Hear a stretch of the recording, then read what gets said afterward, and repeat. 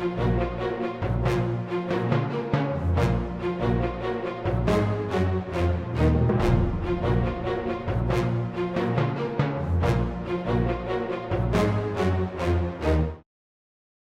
War II tanks are naturally somewhat thin on the ground in 2022, and wrecked and abandoned examples the rarest of all.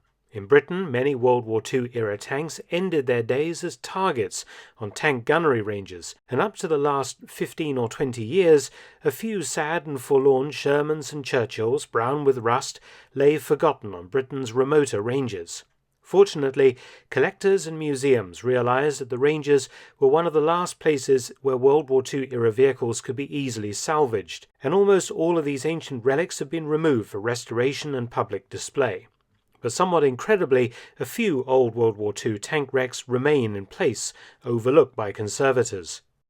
But one in particular is a great example of a very rare Allied tank that should probably be saved for a museum. Near Buxton, Derbyshire, in the heart of the national park known as the Peak District, is a military firing range. The area is popular with hill walkers. Due to the amount of unexploded ordnance lying around, caution is advised. The range itself seems not to be used anymore by the Ministry of Defence, and there are a scattering of old military buildings on the site and one World War II tank. At first glance, you might identify this as an M4 Sherman, but it's actually one of the rarer World War II tanks, the Ram, and it's not American, but rather Canadian. The Ram was created to plug a gap in Canada's defences. Britain lost most of its armoured forces in France in 1940, and that meant that British factories would only be making tanks for the British Army for some time to come, with nothing to spare for Canada. Likewise, US production of the M4 Sherman was concentrated on supplying the British, meaning that Canada couldn't buy Shermans either. In 1940, the Canadians had some tanks, Valentine infantry tanks to be precise, but they were not ideal as Canada's Armoured Division required much heavier cruiser tanks. The Canadians turned to the US M3 Lee tank. By 1941 it was no longer really suitable owing to its main armament being in a side sponson. It was also tall and under-armoured, but the Canadians decided to modify the M3, keep the chassis, but create a new hull and turret with a 6-pounder or 57mm gun. The resulting tank, called the Ram, had a much lower profile than the Lee. Built by Montreal Locomotive Works, it was the first time Canada had built a tank from start to finish, and it proved a challenging venture. The Ram incorporated US-made M3 parts and Continental engines and transmissions, along with castings made in Canada, along with a turret and gun, and was built with the driver sitting on the right-hand side as per British requirements. The main difference with the M3 was the Ram's turret, allowing for 360 degrees of rotation of the main gun.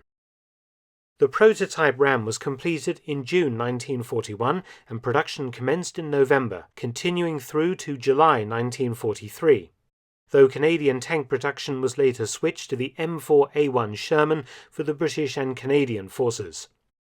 In total, 1,948 Rams were built, but none ever saw combat. Instead, the Ram was used in the UK for crew training. Then, large numbers of Rams were rebuilt into armoured personnel carriers known as kangaroos, the turret taken off, and as gun tractors, and these actually saw service in the Northwest European campaign. There was also a Ram flamethrower tank used in the Battle of the Netherlands in 1945. The Dutch inherited many Rams left in vehicle parks by the Canadians at war's end, and they used them to equip their own armoured units. Many later were concreted into fixed positions as pillboxes. Many of the Rams in Britain ended their days as gunnery targets or in scrapyards, and the example seen here is very rare indeed. There are only a handful of complete examples remaining, one in the Dutch Cavalry Museum in Amersfoort, one at the Bovington Tank Museum in the UK, and 3 in Canada, plus a couple of kangaroos. Perhaps the turretless example slowly rusting away in the Peak District will one day be saved for posterity. I hope so.